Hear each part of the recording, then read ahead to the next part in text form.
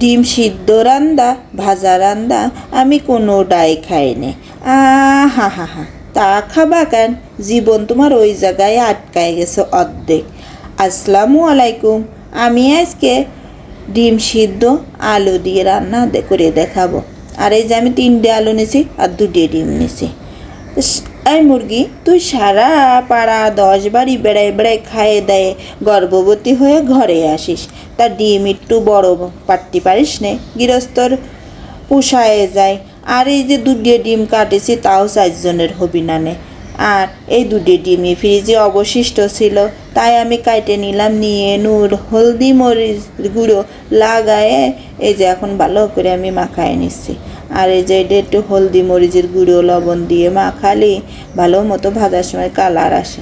তাই আমি ডিম কয়টা যে মাখায় নিয়ে আর কড়াইয়ের উপরে একটু তেল দিয়ে যখন তেলটা গরম হয়েছে ডিমটায় যে দিয়ে এখন উল্টোয় পাল্টায় একটু ভাজিয়ে নেব।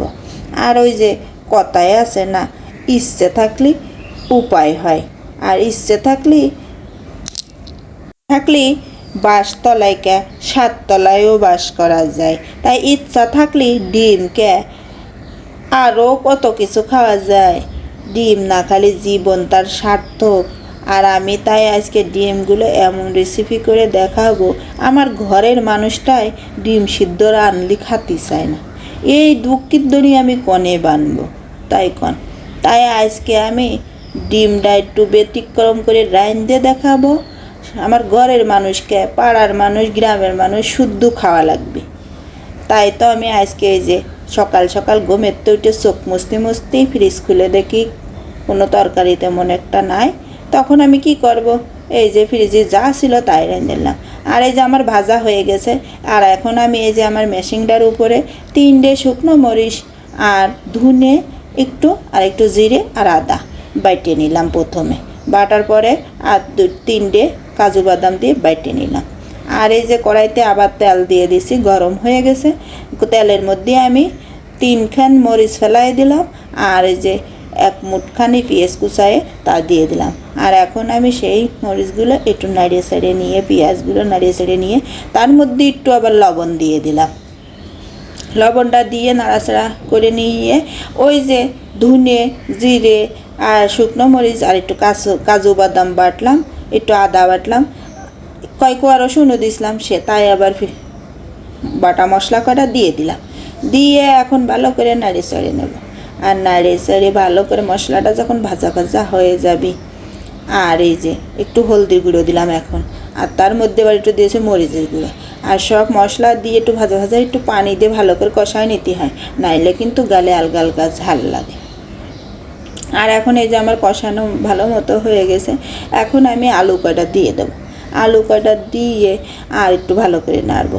আর আপনারা কিন্তু এই তরকারি নাড়তে যাই আবার একটু কৃপণতা করবেন না, ভালো মতো নাড়েন, নাইলে আবার তলেতে পুড়িয়ে যাবি না। আর পুড়িয়ে গেলে কিন্তু স্বাদটা তেস মারা হয়ে যাবি না। আর এই যে এখন আমার মশলাটা ভালো করে আলুর মধ্যে দিয়ে এখন কষানো হয়ে গেছে, উপরে যখন তেল ওঠা ভাব হয়েছে তখনই কিন্তু আমি আবার একটু পানি দিয়ে দেবো। আর এমন পানি দেবেন না যে তখন তরকারির মধ্যে কাঁচা মাইরের নাইমে ডিম পাবেন না নে। ওই পরিমাণ মতো দেবেন, যেহেতু আলু কটা আগেই ভাজা, তো পরিমাণ সেই অনুমানেই দেবেন পানিটা। তাই তো এখন এই যে যখন এই যে আমার তরকারিতে একটু বলক এসে গেছে তখন ডিম কটা দিয়ে এই যে আমার তরকারিটা এখন ডিম কটা দেওয়ার পরে ভালো মতো ঝোলটা শুকিয়ে আসছে। এখন এই যে নামানোর সময় একটু গরম মশলার গুঁড়ো দিয়ে নামায় নেব। আর আমার রান্নাটাও হয়ে গেছে। আর আমি এখন আর দেরি করবো না, যেহেতু সকালের খাবার খাবো। আর আমার এই যে রান্নাটা হয়ে গেছে, আমি টেবিলে নিয়ে চলে আসলাম। এখন মেয়া 2টে নিয়ে নিজে খাতি বসবো। খাতি তো বেলা 10টাই বেজে গেল। আর এই যে টেবিলে নিয়ে বসে গেলাম। দেখতে তো সেই ফাইন দেখা যাচ্ছে, খাতেও স্বাদ হবে নি। তাই তো টেবিলে বসে একটু মাকাই জুকোয়ে এক গালে নিলাম। বাপু সেই স্বাদ, খাতি যে কি ফাইন হয়েছে। তা আমি এখন সকালবেলা করে খাবার খাবো। আর বেশি বক করবো না। ভিডিওটা ভালো লাগলে অবশ্যই লাইক শেয়ার কমেন্ট করে পাশে থাকবেন। আল্লাহ হাফেজ।